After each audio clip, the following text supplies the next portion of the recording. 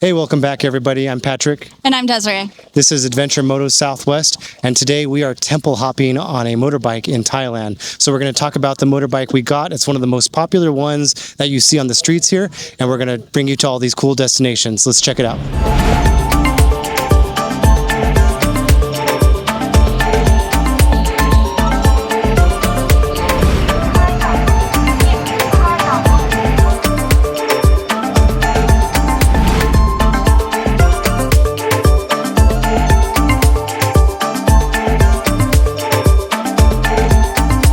Guys, we're in Chiang Mai, which is in the northern area of Thailand, and we're on a motorbike just stopping off at different temples.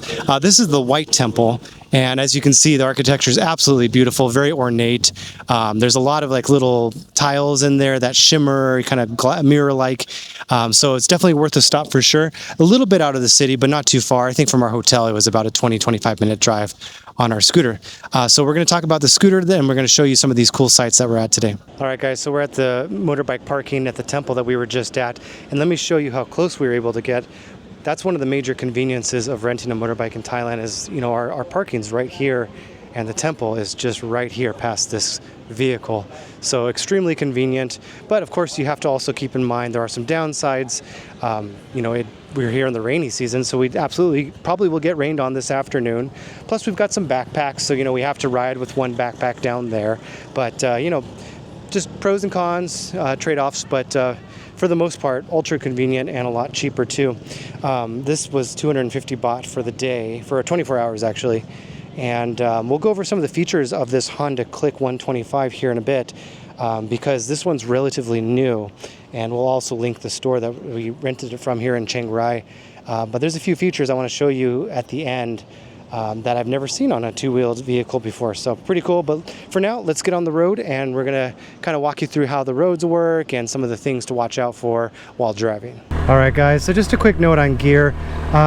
Obviously you should always wear your gear, and if you guys have seen my channel or any of my videos, you know I'm a full gear all the time type guy. However, it's just not possible to do that when going international, especially as long as we are. We're out here for a few weeks. There just wasn't space. Plus it's really freaking humid out and hot out here. So all this to say, always wear your gear. But we're driving real slow and cautiously, and of course we're also choosing our cities that we're driving in carefully based off of that as well. So helmet, that's a must for sure. Eye protection, everything's a must, but definitely a helmet. And it's just, I have yet to see a single Thai or anybody with full gear on, with even a abrasive jacket, an abrasive protection jacket. I haven't even seen that. So it's just going to be tricky to do that on an international trip. But if you don't have your gear like we don't, just take it easy, take it slow, be observant. All right, so as you can see, we are on the left side of the road here. That is the side that you drive on in Thailand, as well as a few other countries in this area. And that does take a little bit of getting used to, and like I mentioned earlier, it's a good idea when you first get to Thailand or to anywhere that drives on the left side of the road, if you're used to the right side, you know, in your taxis the first few days, watch and observe, know that everything's mirrored. A couple other things to know that are useful. Scooters tend to hang out on the left side of the lane unless they are filtering up to the front of the light, in which case you can take either side. And also along those lines, it is okay to filter up to the front of the light. That's fine. Another thing to know is that turn signals are used in Thailand. Other countries, you know, there are some countries where it's like almost they don't use them for any reason, but here absolutely we do see most cars using their turn signals, which is always a good practice to do in general, but yes, certainly here do use your turn signals. And another thing to also be aware of is, you know, at least for us in the United States, people try to watch out for the smaller vehicles. You know, as whether or not they do a good job of that's a different story, but you know, people are looking out for each other. But here, it's not that they're not looking out for each other, but it is very much the responsibility of the smaller vehicle to be looking out for the larger vehicle. In other words, if I'm driving right next to a car, it's my responsibility, being on the motorbike, to be looking out for them and yielding to them. That's just the pecking order here in Thailand. So don't think that just because you're on a smaller vehicle that they're going to yield to you and be looking out for you. And just a quick walk around of this Honda ADV. It is a 125cc and it has plenty of power for driving around the road. We just did a little bit of highway on this, and highway, of course, in Southeast Asia is nothing like highway speeds in the United States where we come from. So, you know, everything was real reasonable. But in terms of acceleration, there's two of us on the bike, and we were able to get up to 70, 80, even 90 really easily. I was only at 90 kilometers per hour just for a second, just to see what the acceleration was like, but no problem. It can do that all day. I personally feel that I think Americans have an addiction to power. And I know part of that's because the freeway system is faster and everything's more spread out, but I've always felt that, like, you know, what 125 cc's back in the United States, everyone would be saying stuff like, oh, that's not enough power, I wish I had more. But for us, it was plenty, more than we would need. Even at home, I wouldn't want to take it on the interstate. So it was more than what we would ever need, especially for commuting and things like that. So that's just my take on it. Anyway, back to the bike. It's also got a kickstart feature, which is nice in case your battery goes dead. That's a really nice thing to see. We got a kickstand and a center stand. It's nice to have that center stand option for various parking situations. There is a parking brake here on the left handle. We have our brake levers, of course. Pretty standard setup on the left handlebar with your indicators, your horn, and your high and low beams. On the right hand side, we have the most interesting feature to me. The engine automatically turns off when you are idling at a stoplight, just like a car would. And the reason that's interesting to me is I've never seen any two-wheeled vehicles that have that. And I've ridden and owned almost 20 motorcycles over my time, and currently I have a Honda Africa Twin, an XT250, I have a CRF 300L Rally, I've had the Versys 1000, Ninja 1000. I've never seen anything like that on any of those motorcycles. So that was kind of nice to see. You can disable it as well by turning off that lever. So yeah, that's a nice feature.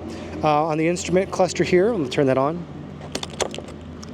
It's got a nice LCD screen here.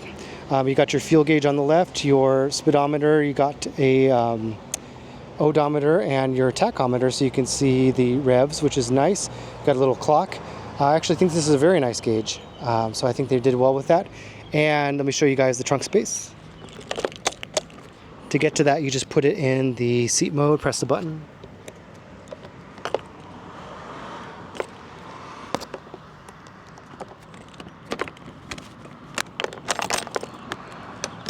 Under seat storage is okay. It's not bad. I would like to see it a little bit bigger. You can definitely put a full face helmet in there, but it would be nice if this area off to the right extended back a little bit for more than just that. But overall, pretty good. But in terms of motorbikes and scooters, there's better for sure, but not bad. And of course, the gas goes in there. We're here in Chiang Mai, and we're at the Lady Buddha statue, and it's huge. It's absolutely gigantic. It's next to this beautiful white temple over here. We're currently on a scooter just riding around and seeing all these big famous temples here.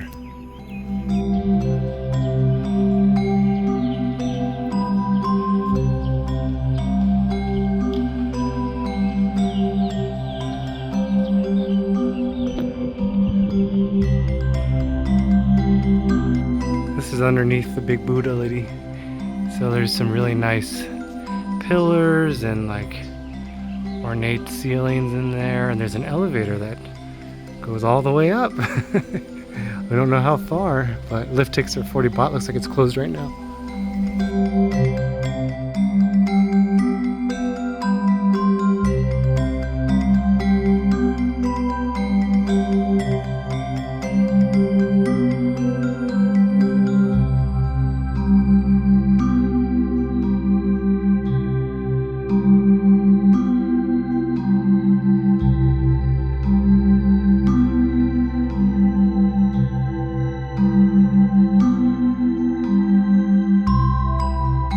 Continuing our little tour of the temples. This is Wat, I'm going to mispronounce this, I apologize, Wat Nong Le, still in Chiang Mai. And this isn't actually one of the temples that's like on the main tourist route. But the thing is, with Thailand, all these temples are just so gorgeous, every single one of them. And we always try to stop whenever we can because we like really appreciate them all. But I just wanted to give you guys one more tip here for renting a scooter. You know, like we said, gear is the most important thing. If you can get an abrasion-resistant jacket, that's best. But if you can't, or if you can't travel with those things, bring sun sleeves for sure. So I'm a little sunburned at the moment, and I should be wearing my sun sleeves. I forgot them in the hotel room. Long sleeves is good. So anything like that to protect you from the sun while you're driving around. You know, Northern Thailand is actually a really great place to try out a motorbike compared to Central Thailand. Central Thailand, like Bangkok, can get extremely congested and very, very tight maneuvering in traffic. But out here, there's a lot more room on the roads. It's less congested. There's no real rush hour that we've noticed, at least. So this would be a good recommended place to try it out for the first time. Another one is Chiang Mai, also a few hours away, but also Northern Thailand. Both good places to try out renting a motorbike for the first time. Well, if you found this interesting and you have time, I would definitely check out the other video we have posted. It's 5 tips for renting a motorbike like this in Southeast Asia. So check that out. And if you found this video helpful, thank you. Consider subscribing. Thanks for watching Adventure Moto Southwest, and we'll catch you in the next one.